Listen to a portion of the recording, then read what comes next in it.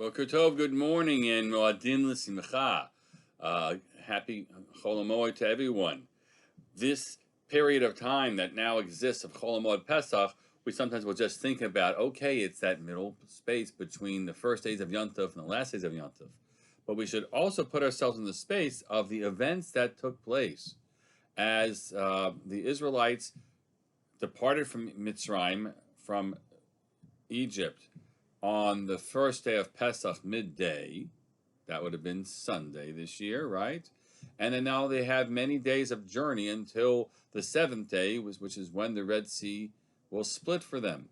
Which means all of the information and the storyline that we read in Parshat Bishalach at the beginning about the route that they take and the circuitous route and the Egyptians coming, etc. All of that is what's happening right now on the ground in this period of time. So I want to look at one verse that we open with, where the Torah says, actually a phrase, "V'chamushim alu b'nei Yisrael me'eretz Mitzrayim," that the children of Israel left the land of Egypt. Chamushim. What does that word chamush mean? So I want to have us look at three interpretations. First one for today, and that's based on the way that when the preparations happen. It's not a new word to us, even around the story of the Jews and Egypt and the like.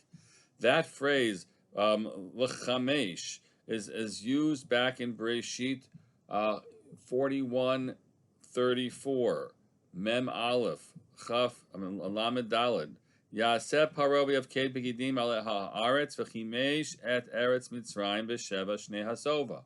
This is the advice that Yosef gives to Pharaoh right at the very beginning of the story. And you should then hopefully recognize we bookend the story by chimeshing and chamushiming here at the end.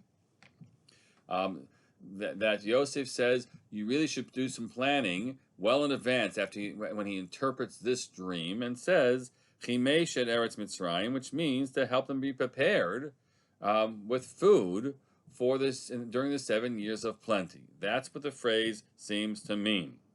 And so you'll have commentaries who say, for example, L'chizkuni v'chamushim davar acher v'chamushim lashon v'chimesh et Eretz Mitzrayim. He quotes this verse. Peirush mekulkalim mehabat seik shehotzim Mitzrayim sheispeak lahem. Right, the dough that they brought out of Egypt was sufficient for them. And it lasted for them for a whole month until the 15th of Iyar. Lefi shehesibam derech midbar. When they have a circuitous path, we'll leave that for another time. But the Chizkuni's opinion is that they brought out food that did last them. Even though we have the contrary verse and something that the Ibn Ezra raises, the Torah says that v'gam tzeidah lo sulahem, they did not make themselves real food preparations at all. Tzeidah l'derech is also a phrase that we find earlier in the Torah with Yosef and the brothers going back home, which is to have a good, proper pack of meal for a long journey. So tzeidah they didn't have. Yet you want to interpret chamushim to mean that they were prepared. So which way does it slice? That's the hard part of the story. And so other commentaries indeed will choose to read this differently, that chamushim doesn't mean that they had all this food preparation. At the same time, just so we should know, it's clear that the man does not begin to fall for them, and they don't seem to run out of food supplies until a month later. So they have something. It might be eating up all their cattle. That's one interpretation that's here. But they have food to at least to get them through, seemingly, for many weeks to come. We'll continue with the storyline tomorrow, another interpretation of Chamushim. Have a great day.